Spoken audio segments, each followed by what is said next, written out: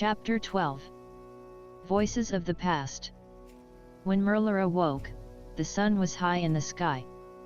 Outside the tent, the sound of horses snorting and people talking could be heard.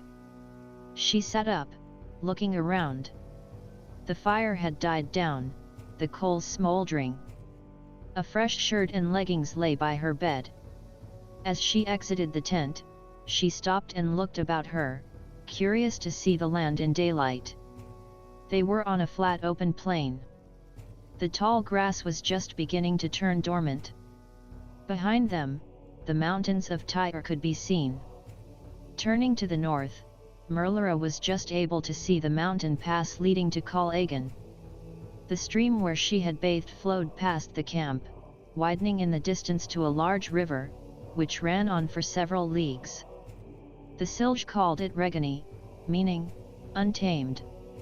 Wolves could be seen in the distance, possibly returning from a hunt, slowly approaching the camp. Merlara felt her stomach knotting as memories of her flight came to mind. She was grateful to be free, but she was now an outcast, betrayed by her own people. She felt insecure and exposed on the open plain, as she had spent her entire life with mountains around her. Looking for something to distract herself with, she was quick to notice a strange stain on the left side of the tent. Curious, she walked around it to look. It wasn't a stain, it was a painting. A golden dragon sat on its haunches, looking down on a Silj warrior. The warrior looked up at him, his face filled with joy and awe. Dragons soared above them. Some were black like Aodhnait and Aaron, while others were brown, yellow, green and red. To the right of the dragon and Silj, a single, pure white dragon flew above them. Merlara felt a chill run through her. White dragons were rare, and when any were born, the dragons treated it and its parents with honor usually reserved for the king. Majestic are they not? Merlara jumped and looked around. Seldrian smiled at her. Forgive me, I didn't mean to startle you. No matter. Merlara hesitated, then said, This dragon is King Orga, isn't he? Yes. Though this is the size he would have been 2,000 years ago, a few months before Telemivi. Our people have recently been informed that he still lives. The Lady Kahira wishes to take you to him. Merlara looked at her in astonishment. My aunt wishes to take me to Dunur. No. Many of the Dunarians have been in Callagan for several years. This wouldn't be known to you, as it's been many years since your kin have been in that land. Merlara said nothing. She didn't think she was ready to meet more dragons, least of all King Orga himself. But she understood it was necessary. Callagan was the safest place for her now. Her painful confrontation with Tyor had made it clear she wanted complete control over her. Your Majesty. Merlara blinked, realizing she had been staring into space, lost in her thoughts. Forgive me. I was thinking of my sister. Seldrian said nothing. Merlara sighed. I don't know what to believe anymore. Everyone has kept secrets from me. True, but your sister is the only one to do so for her personal gain.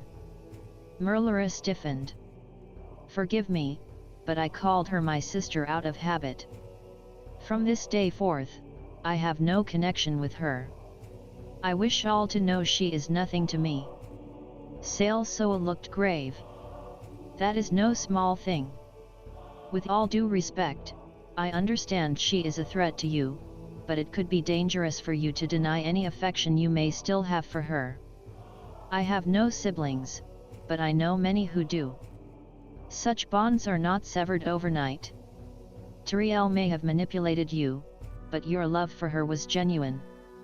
Merlara wasn't in the mood for advice. Tyor murdered my men, betrayed me, and threatened my friends and I with starvation if we refused to be her slaves. Now my people are at her mercy. I don't expect you to understand, but I promise you, She is nothing to me, and I don't wish you to speak of her as someone I know or love. Celso looked at her with an expression Merlara couldn't interpret.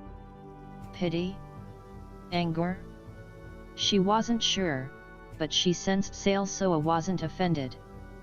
Merlara felt her face burn with shame. She should have known better. Celso was the chief's daughter, and they were risking much to shelter her. If Tyor found out they were protecting her, it would go hard with them and their tribe. Forgive me. I spoke foolishly. I'm not offended, Celso said gently. I don't pretend to understand what you have lost. I do wish you to understand that you aren't alone. Merlara smiled. Thank you. There was a moment of silence, in which Merlara thought it would be a good time to change the subject. How old is this painting? Over 20 years old. We have many tents with such paintings. It is folded and stored so that it won't fade for many years to come. Each one tells a story from myth or history. This one tells of our history with the Dunarians. I find it intriguing you call them Dunarians, Merlara said. In Tyor, we simply refer to them as the dragons. Celso looked confused. Surely your people know of their homeland, Dunar. Of course, we just don't speak of it much. Mainly because so little is known of Dunar, besides what concerns their war with the Seldrian. Then it's considered odd to call them Dunarians. No, we simply don't. Not even those who know their history. No. Merlara felt slightly sheepish. Now that I think of it, I don't think I even heard my parents call them Dunarians. I never thought of it as disrespectful. Celso looked at her thoughtfully. That's strange.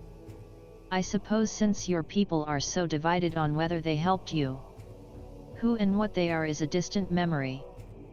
For us, the Dunarians' return is ever in our minds. Many things have been overlooked that should have been taught, Merlara admitted.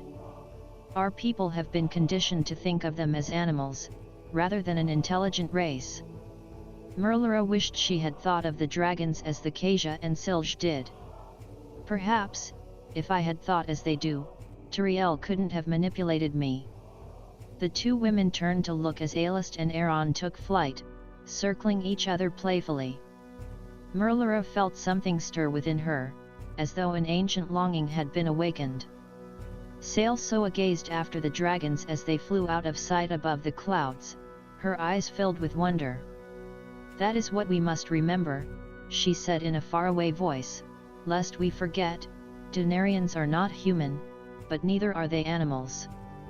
They are not gods, as they die of old age, and can be killed in battle. But they are of something far more than any other intelligent being. Are Aodhnait and Aaron related? Yes, they are twins. Though by our standards they are old, being 300 years, among their people they are still young, as Dunarians are considered adults at 100. I wonder, said Merlara guiltily, if Tyor could have been different. If our people had been taught to think of the dragons as you and the Caja do. Tyor couldn't have done what she has, if I hadn't given her a platform to stand on. You had no way of knowing she would betray you.